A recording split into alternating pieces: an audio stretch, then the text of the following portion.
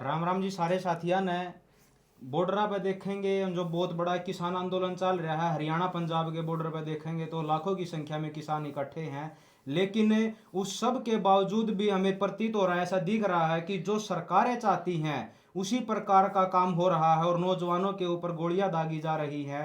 तो समस्या बड़ी गंभीर है। इस विषय के ऊपर हमें जानेंगे। जो डॉक्टर देवेंद्र बलारा हैं, ये बार बार किसान आंदोलन में सक्रिय भूमिका में रहे हैं। जो 2020-21 में चला था उसमें भी, और अब भी अपनी सक्रिय भूमिका निभा रहे हैं। तो आइए जानते हैं डॉक्टर साहब से कि ये आंदोलन चल रहा है तो इसके ऊपर सरकार का और किसान नेताओं का क्या रवैया है। डॉक्टर साहब, ये जो किसान आंदोलन चल रहा है इसके ऊपर अगर जो हम बात करें तो सरकारों से लगभग 4 या 5 दौर की वार्तालाप हो चुकी है, लेकिन हल कहीं नहीं निकल रहा। तो इसके पीछे का क्या कारण है, वो हल क्यों नहीं निकल रहा। अगर आपको पता हो रविंद्र भाई कि हम लोगों ने बहुत पहले आप लोगों के सामने एक बात रखी थी कि ये किसान आंदोलन असल में किसानों के लिए है ही नहीं था। बहुत जिम्मेदारी के साथ मैं ये बात कह रहा हूं। पहले तो ऐसा लग रहा था कि जैसे कोई शक था मुझे इस बात का, और क्योंकि मैंने किसी संगठन से बात नहीं की, अपने संगठन से जहां से मैं बिलोंग करता हूं, तो ये हमारे संगठन का कोई ऑफिशियल स्टैंड नहीं है, ये मेरा व्यक्तिगत आकलन है जो मैं आप सबको बता रहा हूं। अगर ये किसानों की लड़ाई है तो जिन्होंने ये कॉल दी है वो किसानों से पूछ कर दी है क्या? किसी किसान नेता से पूछा है? किसी किसान संगठन को कॉन्फिडेंस में लिया है? या अपने आप से जो जनता के अंदर गुस्सा है सरकार के प्रति उसको यूज करने का एक दिमाग के अंदर कोई फितूर चढ़ा हुआ है? या आप लोगों को यह लगता है कि आप इतने बड़े नेता हो कि आपकी बात को लोग और सरकार दोनों के दोनों सर आंखों पर बिठाएंगे? आपने देखा कि हमारे ही प्रदेश का एक नेता एक रैली करता है, वो अपनी संख्या बल दिखाता है, अपने आप को नेतृत्व में घोषित करता है, और घोषित करने के बाद वो पंजाब में जाकर छुप जाता है। वो हरियाणा में आकर हरियाणा के किसानों का नेतृत्व क्यों नहीं करता है? ये बात नहीं समझ में आएगी क्या लोगों को? जिस टाइम पर एक कॉल दे दी गई मात्र 2 संगठनों ने, वहां पर जहां हजारों किसान संगठन हैं, क्या एमएसपी केवल पंजाब के किसान को चाहिए? केवल 2 संगठनों के किसानों को चाहिए? या केवल मतलब उन्हीं लोगों को चाहिए जो लोग उनका सपोर्ट करेंगे? महाराष्ट्र के लोगों को नहीं चाहिए क्या? और अगर चाहिए तो महाराष्ट्र के किसान नेताओं से किसने बात करी? बाकी देश के किसान नेताओं से किसने बात करी? अगर केंद्र सरकार कोई कानून बनाएगी एमएसपी की गारंटी का, तो उसका फायदा जब सभी को होने वाला है तो सभी किसान नेताओं को इसके अंदर शामिल क्यों नहीं किया गया? कोई बात नहीं। आपने देखा, कॉल दे दी गई, लोग निकल आए सड़कों के ऊपर। लोगों के अंदर गुस्सा था, सरकार के प्रति पहले से गुस्सा है, चुनाव आने वाला है। इसके 2-3 पहलू होते हैं। पहला, कुछ लोगों को लगता है कि सरकार इस चुनावी साल के अंदर सारी बातें मानने के लिए मजबूर हो जाएगी और हम सरकार के ऊपर दबाव बनाने में कामयाब हो जाएंगे। इसका दूसरा पहलू यह है कि सरकार सोचेगी कि लोगों के अंदर जो गुस्सा है उस गुस्से को हम इस आंदोलन के जरिए, जैसे प्रेशर कुकर में एक वॉल होती है ऊपर, वो सीटी होती है, और जब अंदर प्रेशर बढ़ जाता है वो सीटी जो अपने आप ऊपर होकर के और वो गैस सारी निकल जाती है और फिर से दोबारा से उबाल शुरू हो जाता है। तो पब्लिक के अंदर जो उबाल है, जो उसका सत्यानाश किया जा रहा है, छोटे दुकानदार का नाश किया जा रहा है, आपके मिस्त्रियों का सत्यानाश किया जा रहा है, ड्राइवरों का किया जा रहा है, टैक्सी ड्राइवर हो चाहे ट्रक ड्राइवर्स हो, आपके जो हाईवे के दोनों तरफ में होटल वाले हैं, छोटे ढाबे वाले हैं, आप छोटे रेडी पटरी वाले हैं, मजदूर करने वाले हैं, सफाई कर्मचारी हैं, आंगनबाड़ी वर्कर हैं, आशा वर्कर हैं, रोडवेज कर्मचारी हैं, एलआईसी वाले हैं, आपके रेलवे वाले हैं, डाकखाने वाले हैं, और जितने संस्थानों को बेचा जा रहा है, प्राइवेटाइज किया जा रहा है, स्कूलों के शिक्षक हैं, आपके अस्पतालों के अंदर डॉक्टर्स हैं, नर्सिज हैं, कौन सा डिपार्टमेंट है जो परेशान नहीं है? वो सबके सबका सत्यानाश पैरेलल में किया जा रहा है एक व्यवस्था बना करके। वो जो गुस्सा लोगों के अंदर है उस गुस्से को निकालने के लिए कि लोग अपने आप सड़कों पर आ जाएंगे, कोई भी कॉल दे दे, तो वो एक सीटी का काम करने की योजना सरकार बना रही थी। और मुझे पहले दिन से मैंने आपको यह कहा था कि, याद हो मेरी वीडियो बनी थी कि एमएसपी की गारंटी देना ना देना दोनों तरफ सरकार के फायदे की बात है। पहली बात न्यू वर्ल्ड ऑर्डर का इतना बड़ा षड्यंत्र चल रहा है, उस सारे षड्यंत्र की लड़ाई, उस सारे गुस्से को आप एक किसान आंदोलन के अंदर एक ही मुद्दों के ऊपर एक 5 सूत्रीय कार्यक्रम के अंदर निपटाना चाहते हैं, अगर आप इसको जन आंदोलन बनाना चाहते हैं। दूसरा, अगर वह बॉर्डर पर रुके रहते हैं तो मोतीलाल ये साबित करने में कामयाब हो जाएगा कि हम इतने ताकतवर हैं कि हमने किसानों को नहीं आने दिया, जबकि ये किसान नहीं थे, ये 2 संगठन थे। किसान तो अब आए हैं, लोग तो अब आए हैं जब वहां लोग मरने लगे और लोगों का गुस्सा जब बढ़ गया। अब जब किसान नेताओं से बात परे होने वाली है, जब उनके गुस्सा निकलने वाला है कि आप अब अगर सरकार के साथ सौदेबाजी करते हो तो बाकी के संगठन आंदोलन करेंगे, हम आंदोलन करेंगे, हम सारा का सारा काला चिट्ठा खोलेंगे जनता सरकार मोर्चा वाले कि आप लोगों ने मतलब क्या बना रखा है कि लोगों की आस्थाओं के साथ आप खेलेंगे, आप उनकी भावनाओं के साथ खेलेंगे और आप अपनी मर्जी से कुछ भी कह देंगे, आप किसी भी चीज के ऊपर कॉम्प्रोमाइज कर लेंगे। जब आप लोग मर रहे हैं, बच्चे मर रहे हैं, गोलियां मार रही है सरकार इस देश के अंदर, संविधान की रक्षा पर बोलने वाले कहां चले गए? वो बाबा भीमराव अंबेडकर को मानने वाले लोग जो संविधान की रक्षा के लिए लड़ रहे थे, उन लोगों को आकर के प्रदर्शन नहीं करना चाहिए कि गोली मारी जा रही है अपने लोगों को, 12 बोर की गोली मारी, मतलब बंदूक से गोली मारी जा रही है। ये बहुत सेंसिटिव मुद्दा है और मुझे लगता है कि इसके ऊपर समाज के हर तबके को बोलना चाहिए। ईवीएम के ऊपर जब किसान साथ दे रहे हैं तो बाकी के जो लोग हैं, उन लोग जो दूसरे तबके हैं, उन लोगों को आकर के भी इनके साथ खड़ा होना चाहिए था। और जो किसान संगठन जितने भी हैं, पूरे हरियाणा हो, पंजाब हो, उत्तर प्रदेश हो, महाराष्ट्र हो, मध्य प्रदेश हो, उन सबको अपने अपने एरिया के अंदर किसान मूवमेंट शुरू कर देनी चाहिए। और ये वैसे ही जैसे 2020-21 का आंदोलन था, जब नेताओं के हाथ से बात निकलकर जनता के हाथ में बात चली गई थी, ये वैसे ही होना चाहिए। और अब की बार इन नेताओं को सरकार के साथ कॉम्प्रोमाइज करके वापस घर जाना बिल्कुल इजाजत नहीं मिलनी चाहिए।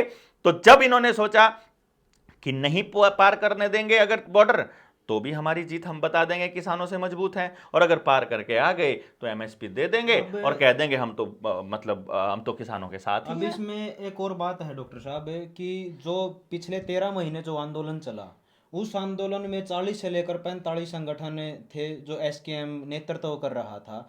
अब इन्होंने एक शब्द दिया है एसकेएम अराजनीतिक, कि एसकेएम अराजनीतिक इसका नेतृत्व कर रहा है, जबकि जो एसकेएम संयुक्त किसान मोर्चा है उसकी कोई रुख है, जो उसका रुख साफ क्यों नहीं नजर आ रहा है इस आंदोलन को लेकर?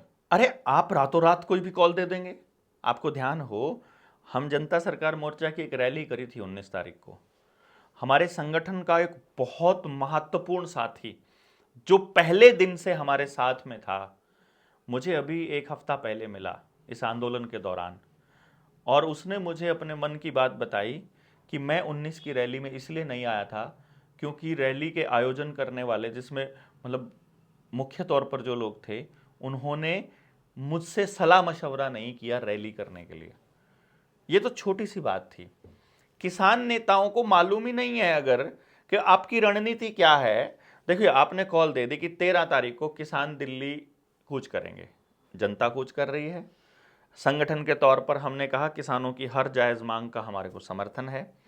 उन जो नेता, एसकेएम का एक भी नेता ने अगर यह बयान दिया हो कि हम इस आंदोलन के पक्ष में नहीं हैं, तो एसकेएम दोषी होगा।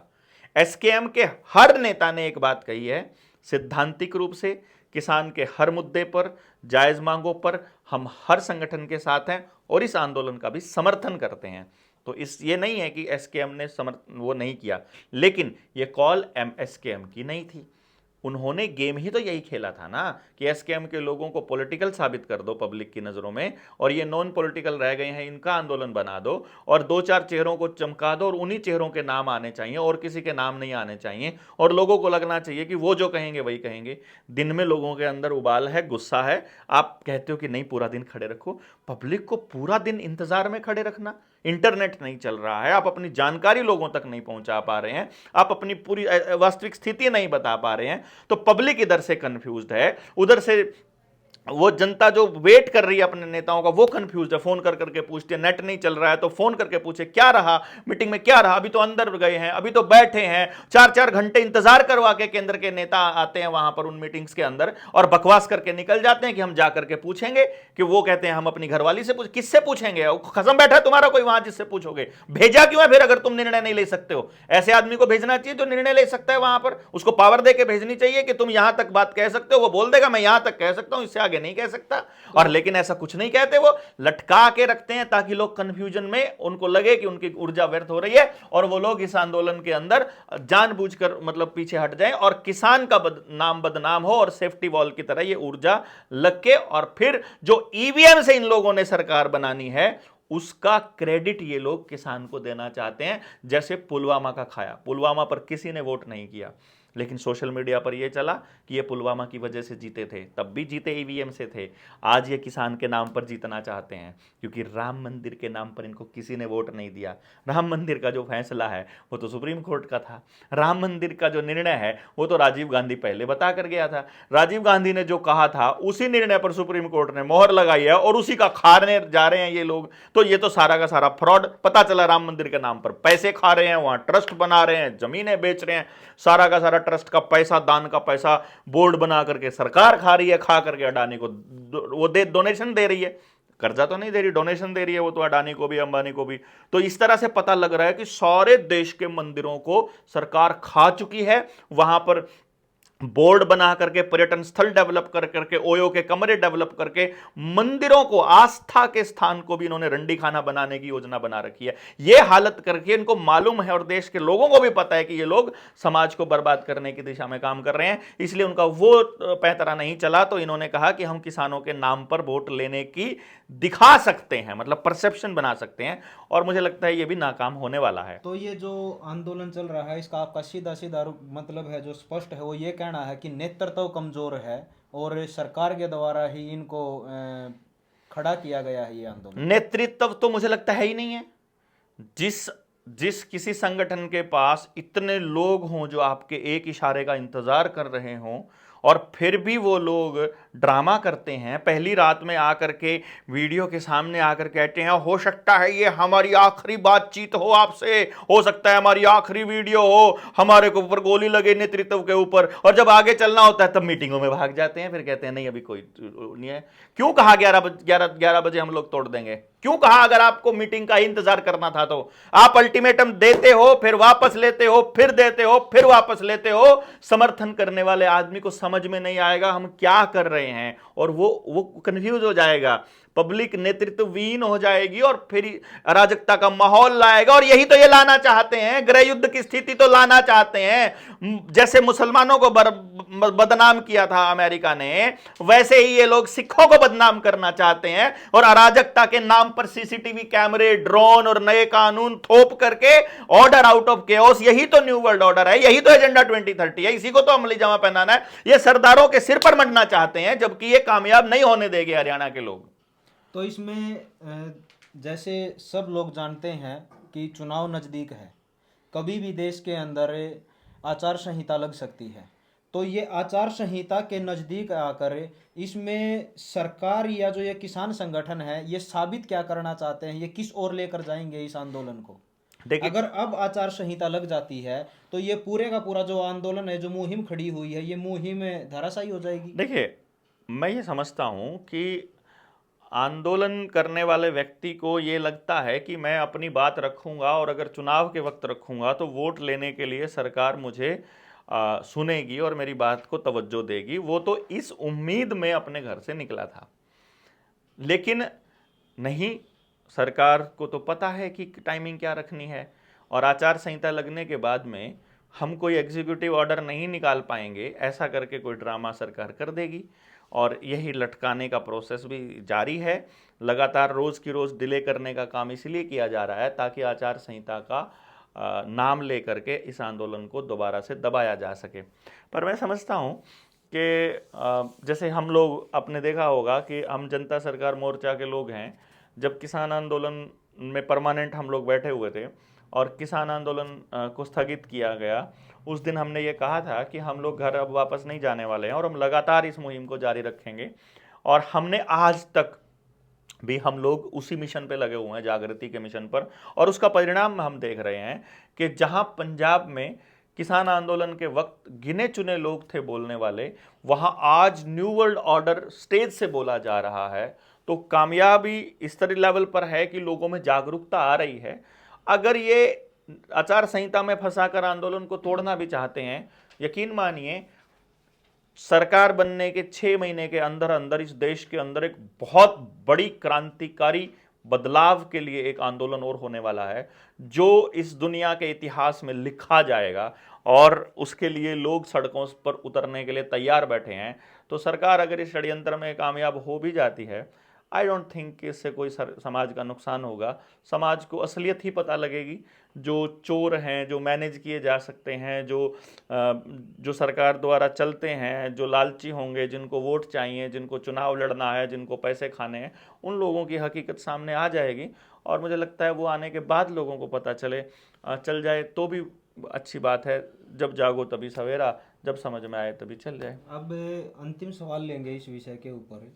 जो पुलिस प्रशासन और अर्धसैनिक बलों के द्वारा सीधे टारगेट करके बॉडी के ऊपर जो बोलते हैं कि ऊपरले हिस्से के ऊपर जो बॉडी के ऊपर डायरेक्ट शूट किए जा रहे हैं, 12 बोर की गोलियां दागी जा रही हैं, और कई किसानों की उसमें मौत भी हो चुकी है, इसका जवाबदेह ये संगठन होंगे या वो सरकार या सरकार की एजेंसियां होंगी, कौन होगा? देखिए, अभी तक किसानों ने, आंदोलनकारियों ने गोलियां खाई और घर पे बैठ गए और ब्लड मनी लेकर बैठे। ब्लड मनी, व्हाट यू से इज, आपके बच्चे को अगर कोई गोली मारे और बोल दे कि मैं तुझे 50 लाख रुपए दूंगा, तो आप गोली खाने को तैयार हो जाओगे? अपने बेटे को खड़े कर दोगे क्या? अपने बेटी को खड़े कर दोगे कि 50 लाख रुपया दे के, 1 करोड़ दे के, 2 करोड़, 5 करोड़, 10 करोड़, 20 करोड़, कितने करोड़ में बेचोगे अपने बच्चे को? बताइए। And you don't have any answer, आपके पास कोई जवाब नहीं मिलेगा। तो जब किसी व्यक्ति को आप मार देते हो, आप किसी नौजवान को गोली मार के हत्या कर देते हो ऐसे आंदोलन के अंदर, और उसके बाद आप उसके घर के एक सदस्य के लिए नौकर बनाने के, और उसके बाद चंद रुपए ये देकर के जब आप सौदा करते हो, इसी से सरकारों को हौसला मिलता है कि 140 करोड़ हैं, क्या हो गया 750 किसान मर गए तो क्या हो गया, अगर इतने लोग और शहीद हो जाएंगे तो। ये लोग शहीद होना नहीं बोलते हैं, सरकार इनको खर्च होना बोलती है। सुभाष चंद्र बोस आज भी युद्ध अपराधी है, अंतर्राष्ट्रीय युद्ध अपराधी। नेताजी सुभाष चंद्र बोस के साथ साथ ये फोटो पीछे आप देख रहे हो ना, ये सारों क्रांतिकारी नजर आते हैं। ये मतलब भगत सिंह की पूरी सेना को आतंकी आज भी कागजों में उन्होंने घोषित किया हुआ है। पुलवामा में जो 44 लोग मारे थे वो 43 नौजवान थे जिनको मारा गया था। और ये आपको मालूम है किसने मारा था? 300 किलो आरडीएक्स कहां से आया आज तक पता नहीं चला है। वो कहते हैं हम चांद पर पहुंच गए हैं, हम चंद्रयान पर पहुंच गए हैं, हम फलाना ढिमकाना कर रहे हैं, इतनी साइंस ने टेक्नोलॉजी कर ली है, हमारे यहां पे ड्रोन से सारा का सारा सर्वेलेंस होगा। वहां ड्रोन कहां चला गया आपका? वहां कहां चले गए थे आपकी साइंस और टेक्नोलॉजी? वहां आपकी सीआईडी कहां चली गई थी? वहां आपका इंटेलिजेंस कहां चला गया था? और आज तक भी नहीं लगा पाया, तो आपकी जांच वहां कहां चली गई थी? आपको यह समझ में नहीं आता है। और वो जो लोग शहीद हुए थे, जो जवान शहीद हुए थे, मालूम है ना आपको, आज तक भी उनको शहीद का दर्जा नहीं मिला है। वो आज भी कैजुअलिटीज में आते हैं। और बिहार में चुनाव से पहले बिहार रेजिमेंट के लोग मरवाए थे इन लोगों ने। ये यही काम करते आ रहे हैं। तो ऐसे करके गोलियां मारे जाएंगी, लोग मरते रहेंगे, और लोग ब्लड मनी लेकर और नौकरी लेकर समझौते करते रहेंगे। जिस आदमी ने ऑर्डर दिया, वो, उसका गृह मंत्री, उसका प्रधानमंत्री, उसका इस्तीफा होना चाहिए, नैतिक जिम्मेदारी लेनी चाहिए। और ऐसे हरामखोर, आदमखोर अगर वहां बैठे हुए हैं, तो उनसे देश के लोगों को जवाब पूछना चाहिए। और अगर जवाब नहीं पूछ सकते हैं, तो अपने बच्चे को गोली लगने का इंतजार कीजिए, उस दिन पूछ लीजिएगा। और शायद तब तक आपकी आत्मा को ये लोग शराब पिला पिला करके इतना मार चुके होंगे कि तब आप उसके लिए सवाल पूछने की हालत में ही नहीं होंगे। तब आपको अकेला अकेला करके ये इस हालत में पहुंचा देंगे कि तब आप टूट चुके होंगे। आई डोंट नो क्या होने वाला है, लेकिन आपको सही के लिए आवाज बुलंद करनी चाहिए। यही आपका धर्म है। और यदि आप धर्म का पालन नहीं करेंगे, तो धर्म आपका सर्वनाश कर देगा। इसको समझना बहुत जरूरी है। मैं ये समझता हूँ इस किसान आंदोलन के जरिए लड़ने वाले लोगों को सामने आने का एक मौका मिला है। जनता सरकार मोर्चा जब बना, हमने कुछ लोगों को सामने लाने का मौका हम लोगों को मिला। हम लोग देखते थे अपने बच्चों को क्या खिलाएं, कहाँ लेकर के जाएं, किस तरह से हम उनको पालें, कैसी एजुकेशन हो। उसके लिए हम लोग बहुत जल्दी हम लोग एक स्कूल शुरू करने वाले हैं कि जो बच्चे को अपनी ज़िंदगी के लिए तैयार करे, ना कि इन कॉरपोरेट कंपनियों की नौकरी के लिए या सरकारों की नौकरी के लिए। हमने सोचा कैसा खेतों में कैसा भोजन हम लोग तैयार करें, कैसी फसलें बोएं कि बिना केमिकल का अपने बच्चों को खिला पाएँ। और इस दिशा में हमको जागे हुए बहुत लोग मिले, जिन लोगों ने भाई राजीव दीक्षित के सपनों को साकार करने के लिए अपना जीवन लगा दिया, जिन लोगों ने अपना पूरा का पूरा जीवन स्वदेशी पे लगा दिया और उसके बाद खेतों के अंदर ऑर्गेनिक और वैदिक विधि से अपना वो सारा कुछ कर रहे हैं। तो ये आंदोलन बेसिकली लड़ने वाले लोगों को इकट्ठा करने का एक जरिया होता है। अभी जैसे आप देख लीजिए, आप रणबीर भाई से आप सब जानते हैं, जनता सरकार मोर्चा के साथ ही, मतलब जब ये अपना पूरी एकेडमी को बंद करके जनता सरकार मोर्चा के साथ लगे, तो आदमी को अपना काम करना है और अपने बच्चों को अपनी ईमानदारी से अपनी कमाई से अगर अपने बच्चों को खाना खिलाना है, तो इन्होंने ये नहीं कहा है कि हम लोगों को जहर ही खिलाएंगे और वैसा ही प्रोडक्ट लेकर के आएंगे। ये उस तरह के प्रोडक्ट्स मैं देख रहा हूँ कि जैसे आप देख रहे हो, ये गौशाला, अपनी गौशाला का बलौना विधि से बिलोया हुआ घी आप देख पाएंगे। ये ऐसा मिल रहा है, चाहे कच्ची घानी का कोकोनट का ऑयल है, चाहे आपकी खांड है, और रणवीर भाई और क्या क्या मतलब चीज़ें हैं जो आप मुझे तो नहीं मालूम था, बाय चांस मेरे को याद आ गया था। घी से अलग अपने पास देसी खांड भी है, देसी शक्कर है और गुड़ है और नारियल का तेल है। अभी 1-2 दिन में सरसों का तेल भी हो जाएगा। तो गुड़ आपका गन्ना जो है वो केमिकल वाला या बिना केमिकल? बगैर केमिकल वाला। केमिकल वाला तो कोई चीज़ रखते ही नहीं। जब से जनता सरकार मोर्चा के साथ जुड़े और राजीव भाई को भी सुना, जब से मतलब एक भावना एक जो जागी देश के प्रति, और समझ में आया कि जो खाने का पहले पता ही नहीं था कि क्या खा रहे हैं, खुद कोई नॉलेज नहीं थी, अब खुद समझिए बात। तो जब ये बात समझ में आई कि हमें क्या खाना है और क्या समाज को देना है, तो मतलब होम डिलीवरी वगैरह का आपके पास ऑप्शन कोई है? हाँ, होम डिलीवरी हो जाती है, कुरियर। तो कोई नंबर आप ये नंबर लिखा हुआ है इसके ऊपर, पहले वाला कि दूसरे वाला? दोनों नंबर मेरे ही हैं, लेकिन एक दीजिए पहला आप। नंबर व्हाट्सएप का है। तो व्हाट्सएप करके आप मंगा सकते हैं। कॉल करें या व्हाट्सएप ही करें बेटर? दोनों चीज़ कोई भी कर दोनों सकते चीज़ है। तो 2 नंबर हैं यहाँ पर लिखे हुए, 9813058585 और 9034915532, यानी कि 98 130 58 58 5 और 90 349, यानी 90 34 91।